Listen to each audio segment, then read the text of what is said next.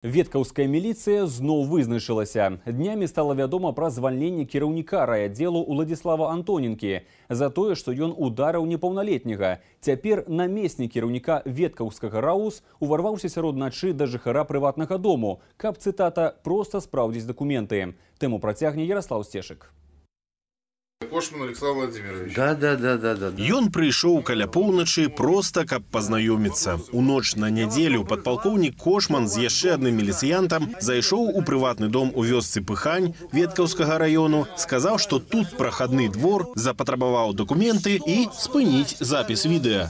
Он сказал, что немножко была дверь открыта. Так в это время сын мой и невестка они выходили туда-сюда. И что? Какая разница? Сергей Помазаў абурыўся прыходам незванага гостя. Сям'я ўжо не спала, а міліцыянт відавочна правакаваў гаспадара дому на канфлікт. Набліжаўся фізічна, потым пачаў свяціць тактычным ліхтарыкам у вочы. 12 часов ночи. Ваша личность. Ну, что? Покажите. На каком основании? Хочу убедиться, что вы здесь живете, что вы гражданин Республики Беларусь. Возможно, вы находитесь в угрозе. Да. Это у вас подозрение ко мне? Да.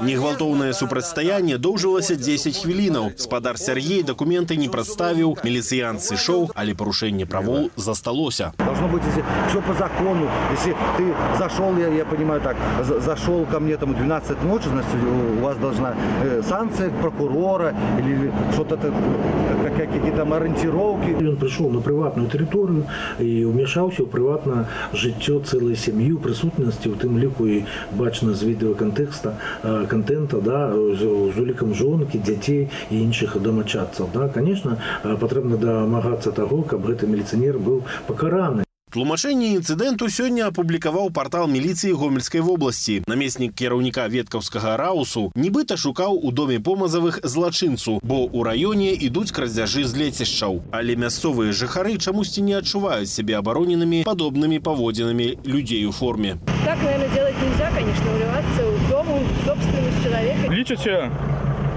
может быть, самыми верховными правителями.